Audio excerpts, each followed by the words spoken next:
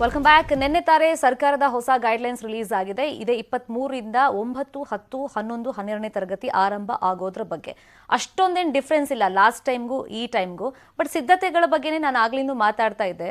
Sir, ಈಗ ನೀವು ಶಾಲೆ ಆರಂಭ ಅಂತ ಹೇಳಿ ಮಕ್ಕಳನ್ನ ಕರೆದ್ರೆ ಮಕ್ಕಳು ಬಂದ ಮೇಲೆ ಸೋಷಿಯಲ್ ಡಿಸ್ಟೆನ್ಸ್ ಬಗ್ಗೆ ಡಾಕ್ಟರ್ ಕೂಡ ಮೆನ್ಷನ್ ಮಾಡ್ತಾ ಇದ್ರು.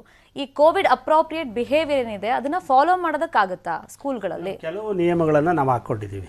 ಏನಂತ, ಯಾವುದೇ ಮಗು ಶಾಲೆಗೆ ಬರುತ್ತೆ ಅಂತಂದರೆ ಆ ಮಗುವಿಗೆ ಸಂಪರ್ಕಕ್ಕೆ ಬರುವಂತಹ ಎಲ್ಲರೂ, ಅಂದರೆ ಪೋಷಕರು ಇರ್ಬೋದು, ಅವ್ರ ಮನೆಯಲ್ಲಿ ಹೆಲ್ಪರ್ಸ್ ಇರ್ಬೋದು, ಅವ್ರ ಬ್ರದರ್ಸ್ ಇರ್ಬೋದು, ಅಥವಾ ವ್ಯಾನ್ ಡ್ರೈವರ್ ಇರ್ಬೋದು, ಮತ್ತು ವ್ಯಾನಲ್ಲಿರುವಂತಹ ಅಸಿಸ್ಟೆಂಟ್ ಇರ್ಬೋದು, ಮತ್ತು ಅಗೇನ್ ಸ್ಕೂಲಿಗೆ ಬಂದಾಗ ಟೀಚರ್ಸು, ಮತ್ತು ಅಲ್ಲಿ ಕಾಂಟ್ಯಾಕ್ಟಿಗೆ ಬರುವಂಥ ಎಲ್ಲರೂ ಕೂಡ ಡಬಲ್ ವ್ಯಾಕ್ಸಿನ್ ಆಗೇ ಇರಬೇಕು. 2ನೇ vaccines, that is the first one. ಆಮೇಲೆ ಎವ್ರಿ ಚೈಲ್ಡ್ ಸ್ಕೂಲಿಗೆ ಬರುವಾಗ ವಿತ್ ಮಾಸ್ಕು, ಹ್ಯಾಂಡ್ ಸ್ಯಾನಿಟೈಸರ್ಸು, ಆಮೇಲೆ ಜ್ವರ ಟೆಸ್ಟ್ ಮಾಡೋ ಅಂಥದ್ದು ಅವೆಲ್ಲ ನಾವು ಶಾಲೆಗಳಲ್ಲಿ ಇರ್ತವೆ. ಆಮೇಲೆ ಇವ್ರು ಏನು ಹೇಳಿದ್ದಾರೆ ಅಂದರೆ ಪಾಳಿ ಪದ್ಧತಿ ಅಂತ ನಾವು ಸ್ಟಾರ್ಟ್ ಮಾಡ್ತೀವಿ. ಶಿಫ್ಟ್ ವೈಸ್ ಬೆಳಗ್ಗೆ ಒಂದು ಸೆಕ್ಷನ್ ಇರುತ್ತೆ, ಈವ್ನಿಂಗ್ ಸೆಕ್ಷನ್ ಒಂದಿರುತ್ತೆ. ಅಂದರೆ ಕಡಿಮೆ ಮಕ್ಕಳನ್ನು 10ರಿಂದ 15 ಮಕ್ಕಳುಗಳನ್ನ ನಾವು ಕ್ಲಾಸಲ್ಲಿ ಕೂರಿಸ್ಕೊಂಡು ಪಾಠ ಮಾಡಬೇಕು ಅಂತ ನಿರ್ಧಾರ ಮಾಡಿದ್ದೀವಿ. ಶಿಕ್ಷಕರಿಗೂ ಕೂಡ ವ್ಯಾಕ್ಸಿನ್ ಆಗಿರುತ್ತೆ. ಹಾಗಾಗಿ ಅಂಥ ಭಯ ಪಡೋ ಅಂಥ ವಾತಾವರಣ ನಾವು ನಿರ್ಮಾಣ ಮಾಡೋದು ಬೇಡ ಅಂತ. ಸೊ ಎಲ್ಲ ಅದೇನು SOP ಗೈಡ್ಲೈನ್ಸ್ ಇರುತ್ತೋ ಅದನ್ನೇ ಫಾಲೋ ಮಾಡ್ಕೊಂಡು ಪಾಠ ಮಾಡಬೇಕು ಅಂತ. ಸೊ ಎವ್ರಿ 4 ಡೇಸು, ಸಾಧ್ಯವಾದ್ರೆ 5 ಡೇಸ್ಗೆ ಒಂದು ಸಾರಿ ನಾವು ಸರ್ಕಾರಕ್ಕೆ ರಿಕ್ವೆಸ್ಟ್ ಮಾಡ್ತಾ ಇದ್ದೀವಿ ಅಲಾಂಗ್ ವಿತ್ ದಟ್. ಸೊ ನೀವು ಎಲ್ಲ ಮಕ್ಕಳನ್ನು ಸಾಧ್ಯವಾದರೆ ಅಥವಾ ಸರೌಂಡಿಂಗ್ ಇರೋ ಅಂಥದ್ದು ಜೀರೋ ಸರ್ವೆಲೆನ್ಸು. ಸೊ ಒಂದು ಟೆಸ್ಟನ್ನು ಮಾಡಿ, ಎಲ್ಲರಿಗೂ ಒಂದು ಮ್ಯಾಸಿವ್ ಟೆಸ್ಟ್ ಅಂತ ಮಾಡ್ತಾರಲ್ಲ ಅದನ್ನು ಮಾಡಿ, ಅಂಥ ಕಂಡೀಷನ್ಸ್ ಏನಾರು ಕಂಡು ಬಂದರೆ ಇಮಿಡಿಯೇಟಾಗಿ ಶಾಲೆ ನಿಲ್ಲಿಸೋ ಅಂಥದ್ದು. ಅದ್ರ ಜೊತೆಗೆ ಇನ್ನೂ ಒಂದು ಏನು ಮಾಡಿದ್ದೀವಿ ಅಂದರೆ, ಯಾವ ಪೋಷಕರಿಗೆ ಭಯ ಇದೆಯೋ ಶಾಲೆ ಕಳಿಸಿ ನಮಗೆ ತೊಂದರೆ ಆಗುತ್ತೆ ಅವರು ಆನ್ಲೈನ್ ಕ್ಲಾಸಸ್ಸನ್ನು ಕೇಳ್ಬೋದು. ಆನ್ಲೈನ್ ಕ್ಲಾಸ್ ಅಂದರೆ ಪಾಠ ಮಾಡುವಾಗಲೇ ರೆಕಾರ್ಡ್ ಆಗ್ತಾ ಇರುತ್ತೆ, ಅದು ಮಕ್ಕಳಿಗೂ ಕೂಡ ವ್ಯೂ ಆಗ್ತದೆ. ಸೇಮ್ ಟೈಮ್ ನಮ್ಮ ಕಡೆಯಿಂದ ಒಂದು ರಿಕ್ವೆಸ್ಟ್ ಇದೆ ಸರ್, ರೂಪ್ಸಾ ಇರ್ಬೋದು, ಯಾವುದೇ ಖಾಸಗಿ ಶಾಲೆಗಳ ಒಕ್ಕೂಟ ಇರ್ಬೋದು, ಫೀಸ್ ಅಂತ ಪೇರೆಂಟ್ಸ್ಗೆ ಟಾರ್ಚರ್ ಮಾಡಬೇಡಿ, ಅದಕ್ಕೆ ಮತ್ತೆ ಮಕ್ಕಳಿಗೆ ಅವಮಾನ ಮಾಡಿ ಪ್ಲೀಸ್. ಎಲ್ಲ ಮಕ್ಕಳು ಮುಂದೆ ಅವಮಾನ ಮಾಡಿ ಕಳಿಸ್ಬೇಡಿ. ನಿಮ್ಮಪ್ಪ ದುಡ್ಡು ಕಟ್ಟಿಲ್ಲ ಅಥವಾ ನಿಮ್ಮ ಕಡೆಯಿಂದ ಫೀಸ್ ಬಂದಿಲ್ಲ, ಶಾಲೆಯಿಂದ ಹೊರಗಡೆ ನಿಂತ್ಕೊಳ್ಳಿ ಅಥವಾ ಮನೆಗೆ ಹೋಗಿ ಅಂತ ಅವಮಾನ ಮಾಡಿ ಮಾತ್ರ ಕಳಿಸ್ಬೇಡಿ. ಅಲ್ಲ, ನಿಮ್ಮ ಮಾತಿಗೆ ನನ್ನ ನೆಕ್ಸ್ಟ್ ವಿಚಾರ ಅದೇ ಇತ್ತು. ಭಾಳಷ್ಟು ಪೋಷಕರು ನಾನು ಫೀಸನ್ನು ಕಟ್ಟೋದಕ್ಕಾಗುತ್ತೆ, ಕಷ್ಟ ಆಗುತ್ತೆ ಅಂತಲೇ ಶಾಲೆ ತೆಗಿಯೋದು ಬೇಡ ಅನ್ನೋ ಆಲೋಚನೆಗಳನ್ನ ಕೆಲವರು ವ್ಯಕ್ತಪಡಿಸ್ತಾ ಇದ್ದಾರೆ. ಯಾಕಂದರೆ ಆಗಲೇ ನಾನು ಇಬ್ಬರು ಪೋಷಕರು ಮಾತಾಡಿದ್ದನ್ನು ನಾನು ಕೇಳಿದೆ.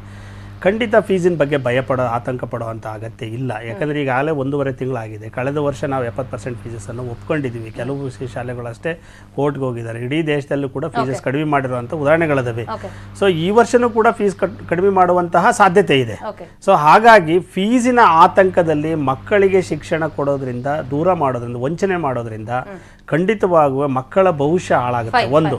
ಆಮೇಲೆ ಎರಡನೇದಾಗಿ ಹೀಗೆ ಮುಂದುವರಿತಾ ಹೋದರೆ ಶಿಕ್ಷಣ ಆನ್ಲೈನಲ್ಲೂ ಸಿಗದೆ ಆಫ್ಲೈನಲ್ಲೂ ಸಿಗದೆ ಮುಂದುವರಿತಾ ಹೋದ್ರೆ ಮುಂದೊಂದು ದಿನ ಆ ಮಗು ಜೀವಂತವಾಗಿ ಬದುಕನ್ನು ಕಟ್ಟಿಕೊಳ್ಳುವಾಗ ಬುದ್ಧಿ ಇಲ್ಲದೆ, ನಾಲೆಡ್ಜ್ ಇಲ್ಲದೆ ಬದುಕಬೇಕಾಗುತ್ತೆ. ಸೊ ಅದು ಫ್ಯೂಚರ್ ಖಂಡಿತವಾಗೂ ಹಾಳಾಗಿ ಹೋಗುತ್ತೆ. ಸೊ ಆ ನಿಟ್ಟಿನಲ್ಲಿ ಪೋಷಕರು ಕೂಡ ಯೋಚನೆ ಮಾಡಬೇಕಾಗುತ್ತೆ. ನಿಮ್ಮ ತಂದೆ ತಾಯಿಗಳು ಕಷ್ಟ ಬಿದ್ದು ಕೂಲಿ ಮಾಡಿ ನಾಲೆ ಮಾಡಿ ನಿಮ್ಮನ್ನ ಓದಿಸಿದ್ದಾರೆ. ಹಾಗೆ ನೀವು ನಿಮ್ಮ ಮಕ್ಕಳುಗಳನ್ನ ಕಷ್ಟದಲ್ಲೂ ಕೂಡ ಓದಿಸುವಂತಹ ಪ್ರಯತ್ನ ಪೋಷಕರು ಮಾಡಬೇಕು. ಆ ಥರ ಏನು ಒತ್ತಡ ಇಲ್ಲ. ಆಮೇಲೆ ಎಜುಕೇಶನ್ ಆಕ್ಟ್ ಅಲ್ಲಿ ಬಹಳ ಕ್ಲಿಯರ್ ಆಗಿ ಹೇಳಿದೆ ಮೇಡಮ್, ಫೀಸಸ್ಗೆ ಏನು ಒತ್ತಡ ಹಾಕ್ಬೇಕು ಅಂತಾನು ಏನು ಅಲ್ಲಿಲ್ಲ. ಸೊ ಪೋಷಕರ ಮತ್ತೆ ಆಡಳಿತ ಮಂಡಳಿಯ ಮಧ್ಯೆ ಆನ್ಲೈನ್ ಕ್ಲಾಸೇ ಮಾಡಲ್ಲ ಬಿಡಿ ನೀವು. ಚೇತನ್ ರಾಮ್ ಸರ್, ಕೊನೆಯದಾಗಿ ಕ್ವಿಕ್ ಆಗಿ ಸರ್, ಇವಾಗ ಖಾಸಗಿ ಶಾಲೆಗಳಿಂದ ತುಂಬಾ ಜನ ಫೀಸ್ ಕಟ್ಟಕ್ಕಾಗದೆ ಮಕ್ಕಳನ್ನ ಸರ್ಕಾರಿ ಶಾಲೆಗೆ ಸೇರಿಸ್ತಾ ಇದ್ದಾರೆ. ಸರಿ, ಒಪ್ಕೊಳ್ಳೋಣ, ಸರ್ಕಾರಿ ಶಾಲೆಯಲ್ಲಿ ಒಳ್ಳೆ ಕ್ವಾಲಿಟಿಯ ಶಿಕ್ಷಣನೇ ಸಿಗುತ್ತೆ. ಬಟ್ ಈಗ ಈ ಕೋವಿಡ್ ಅಪ್ರೋಪ್ರಿಯೇಟ್ ಬಿಹೇವಿಯರ್ ಫಾಲೋ ಮಾಡಿಕೊಂಡು ಮಕ್ಕಳಿಗೆ ಶಾಲೆ ಮಾಡುವಂತ ಫೆಸಿಲಿಟಿ ಬಗ್ಗೆ, ಗವರ್ಮೆಂಟ್ ಶಾಲೆ ಬಗ್ಗೆ ನಾವು ಮಾತಾಡೋದಾದ್ರೆ ಕ್ವಿಕ್ ಆಗಿ ಸರ್. ಅಲ್ಲ, ಪ್ರಶ್ನೆ ಇನ್ನೊಂದಿದೆ ಬಹಳ ಮುಖ್ಯವಾಗಿ. ನೀವು ರೆಸಿಡೆನ್ಶಿಯಲ್ ಶಾಲೆಗಳ ಬಗ್ಗೆ ಮಾತಾಡ್ತಾ ಇಲ್ಲ. ಸಿಕ್ಕಾಪಟ್ಟೆ ಲಕ್ಷ ಮಕ್ಕಳು ರೆಸಿಡೆನ್ಶಿಯಲ್ ಶಾಲೆಗಳಲ್ಲಿ ಇದ್ದಾರೆ. ನಿಮಗೆ ಸುಮ್ಮನೆ ಉದಾಹರಣೆಗಳನ್ನ ಓದೇ ಇರ್ಬೋದು, ಮೊರಾರ್ಜಿ ಇರ್ಬೋದು, ಚೆನ್ನಮ್ಮ ಇರ್ಬೋದು, ಈ ತರದ ಅಲ್ಲೇ ಲಕ್ಷ. ಅದರಿಂದ ಹಾಸ್ಟೆಲ್ ಇರಬೇಕು. ಹಾಸ್ಟೆಲ್ ಶುಡ್ ಓಪನ್, ಊಟ ತಿಂಡಿ ಹಾಸ್ಟೆಲ್ ಎಲ್ಲ ಓಪನ್ ಆಗುತ್ತೆ, ಶಾಲೆಗಳಾಗುತ್ತೆ. ನೀವು ಪಾಳಿ ಪದ್ಧತಿ ಅಂತ ತಕ್ಷಣ ಹಾಸ್ಟೆಲ್ ಇರುತ್ತಲ್ವೇ, ಅದರಿಂದ ನಿಮ್ಮ SOP ಬಹಳ ತೀಕ್ಷ್ಣವಾಗಿ ಚೆನ್ನಾಗಿ ಇರ್ಬೇಕಾಗುತ್ತೆ. ಅದರಿಂದ ನಾನು ಹೇಳ್ತಿರೋದು ಇದಿಲ್ಲಿಗೆ ನಿಲ್ಲೋದಲ್ಲ. 1.5 ವರ್ಷದಿಂದ ಮಾಡಿಲ್ಲ. ದಯವಿಟ್ಟು ಪ್ಯಾರಲಲ್ ಪ್ರೋಗ್ರಾಮ್ಗಳ ಬಗ್ಗೆ, ಬ್ರಿಡ್ಜ್ ಕೋರ್ಸ್ ಹೆಂಗಿರ್ಬೇಕು, ಸೆಲ್ಫ್ ಸ್ಟಡಿ ಮೆಟೀರಿಯಲ್ ಹೆಂಗ್ ಮಾಡ್ಬೇಕು, ಆಮೇಲೆ ಒಂದು ಹಳ್ಳಿನಲ್ಲಿ ಒಂದು ನೆಟ್ ಇದ್ರೆ, ಇಂಟರ್ನೆಟ್ ಫೆಸಿಲಿಟಿ ಬಂದ್ರೆ ಒಂದು ದೊಡ್ಡ ಸ್ಕ್ರೀನ್ ಹಾಕಿ 24/7 ಯಾವಾಗ್ಲಾದ್ರೂ ತೋರಿಸೋ ಹಾಗೆ ಆಗ್ಬೋದು. ಮಕ್ಕಳನ್ನೆಲ್ಲ ಕರೆದು ಸೋಷಿಯಲ್ ಡಿಸ್ಟೆನ್ಸಿಂಗ್ ನಲ್ಲಿ ನೀವೆಲ್ರಿಗೂ ಮೊಬೈಲ್ ಆಗಲ್ಲ, ಬಟ್ ಹಳ್ಳಿಗೆ ಒಂದು ಕನೆಕ್ಷನ್ ಕೊಡ್ಬೋದಲ್ಲ. ನೀವ್ ಹೇಳ್ದಂಗೆ ಈ ಪ್ಯಾರಲಲ್ ಮೆಥಡ್ಸ್ ಬಗ್ಗೆ ಇನ್ನೂ ಕೂಡ ನಾವು ಅಪ್ಗ್ರೇಡ್ ಆಗ್ಬೇಕಾಗತ್ತೆ ಅಂತ. Thank you so much Chetan Ram ಅವರೇ ನಮ್ಮ ಚರ್ಚೆಯಲ್ಲಿ ಪಾಲ್ಗೊಂಡಿದ್ದಕ್ಕೆ. Thank you so much Lokesh Talikatti ಅವರು ನಮ್ಮ ಚರ್ಚೆಯಲ್ಲಿ ಪಾಲ್ಗೊಂಡಿದ್ದಕ್ಕೆ. ಇದೇ 23ನೇ ತಾರೀಕಿಂದ 9, 10, 11, 12ನೇ ತರಗತಿ ಆರಂಭ.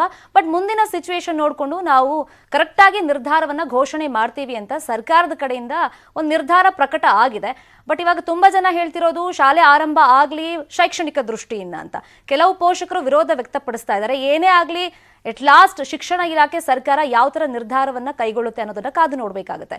ನೋಡ್ತಾರೆ ನ್ಯೂಸ್ 18 ಕನ್ನಡ, ಜಾಲ ನಮ್ಮದು, ಬಲ ನಿಮ್ಮದು.